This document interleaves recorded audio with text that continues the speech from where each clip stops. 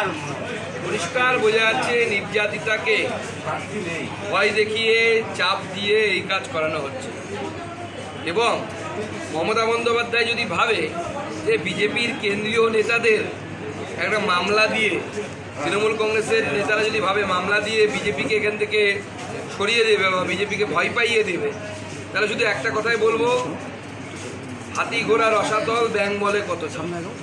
BJP কি জিনিস এখনো তৃণমূল চেনে না, তৃণমূলের নেতারাও চেনে। রাজ্যপাল সংঘাত মেটাতে এবার সুপ্রিম কোর্টের নির্দেশে সার্চ কমিটি গঠন হয়েছে, উপাচার্য নিয়োগ সার্চ কমিটি গঠন। সার্চ কমিটি ঠিক করে উপাচার্যদের নাম রাজ্যপালের আপত্তিতে থাকলেও সুপ্রিম কোর্টে আসতে পারে।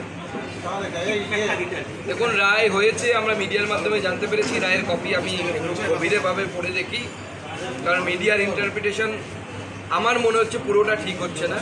আমি পুরোটা দেখি। সার্চ কমিটি অবশ্যই তৈরি হতে পারে, কিন্তু সুপ্রিম কোর্টের রায় পুরোটা না পড়ে আমার মনে হয় এই বিষয়ে মন্তব্য করা ঠিক নয়। সার্চ কমিটি তৈরি হওয়ার পর সেই সার্চ কমিটি মুখ্যমন্ত্রী এবং রাজ্যপালের কাছে নাম পাঠাবে।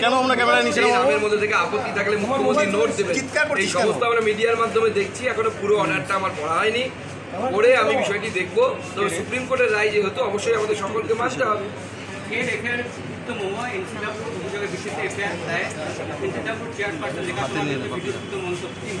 দেখুন, রেখা শর্মা ন্যাশনাল ওমেন্স কমিশনের প্রধান, তার বিরুদ্ধে মহুয়া মৈত্র যে ধরনের মন্তব্য করেছেন, এই মন্তব্য হয়তো আমেরিকার সংস্কৃতিতে খুব স্বাভাবিক, কারণ উনি বহুদিন আমেরিকায় থাকেন বলে শুনেছি।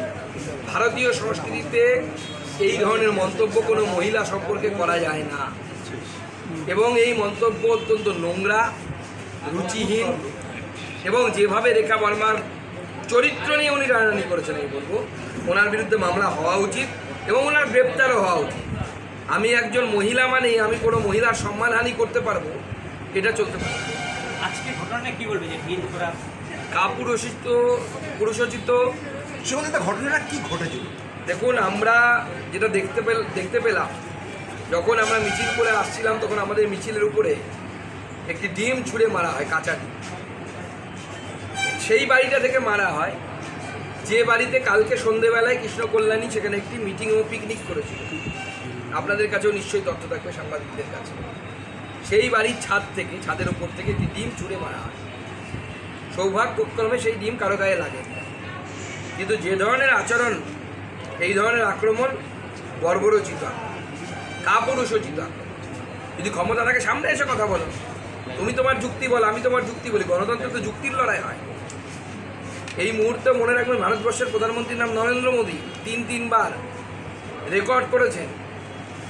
আর তার গোটা পৃথিবীতে তার যে অ্যাকসেপ্টেন্স, আজ অব্দি ভারতবর্ষের কোনো নেতা কোনো পায়নি। তার পার্টির প্রতিনিধিরা যাচ্ছে, আর তার উপরে এই ধরনের গর্হিত অপরাধ, গর্হিত কাজ হয়েছে। এবং এটা রায়গঞ্জের কালচার না, রায়গঞ্জের কৃষ্টি না। রায়গঞ্জের কৃষ্টি অন্যরকম। এটা ভাইপো সংস্কৃতি, ভাইপো পিসি সংস্কৃতি। এই সংস্কৃতিকে রায়গঞ্জে আমদানি করার চেষ্টা করছে কৃষ্ণ কল্যাণ। গতকাল কুণাল ঘোষের বাড়িতে শোভন চট্টোপাধ্যায় গিয়েছেন, একটা যোগদানের জল্পনা বেড়েছে, কি বলবেন? তো কে তৃণমূল কংগ্রেসে যোগদান করবে না করবে আমাদের এই নিয়ে মাথা ব্যথা নেই। শোভন করবে না বৈশাখী করবে, বৈশাখী করবে না শোভন করবে, আমাদের এই নিয়ে বিন্দু মাত্র মাথা ব্যথা নেই। তাদের ঝামেলা তারা সামলা, আমরা ভালো আছি। বিজেপি জিতবে। রায়গঞ্জে বিজেপির যে জনসমর্থন আছে, সেই জনসমর্থনের উপর ভিত্তি করে বলছে বিজেপি। সন্দেশখালী মামলায় সুপ্রিম কোর্টে ধাক্কা, কি বলবেন? সুপ্রিম কোর্টে সন্দেশখালী মামলায় রাজ্য সরকার আরেকবার গালে থাপ্পড় খেল। এই মামলার রায় যে এসেছে, এই রায় আরেকবার প্রমাণ করলো যে রাজ্য সরকার যেন তেন প্রকারের কোনোভাবে এই তদন্ত যেন সিবিআইয়ের হাতে না থাকে, সেই চেষ্টা রাজ্য সরকার করে যাচ্ছে। এবং সুপ্রিম কোর্ট গালে থাপ্পড় দিয়ে বুঝিয়ে দিল যে এই তদন্ত সিবিআই করবে, সিবিআই তদন্ত করবে। এবং যারা অপরাধী তাদেরকে শেখ শাহজাহান থেকে শুরু করে অন্যান্য যারা আছেন, যারা মহিলাদের ইজ্জত নিয়ে ছিনিমিনি খেলেছে, যারা তৃণমূল কংগ্রেসের হয়ে এই ধরনের কাজ করেছে, তাদের প্রত্যেককে উপযুক্ত শাস্তি দেওয়ার ব্যবস্থা সিবিআই করবে।